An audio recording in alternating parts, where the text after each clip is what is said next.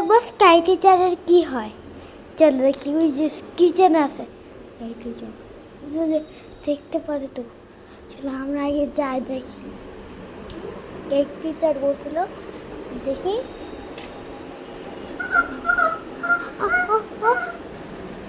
আমার ওকে আমি জোর খাবে, হ্যাঁ এমনি করতেছে মনে হয়। চলো তোমার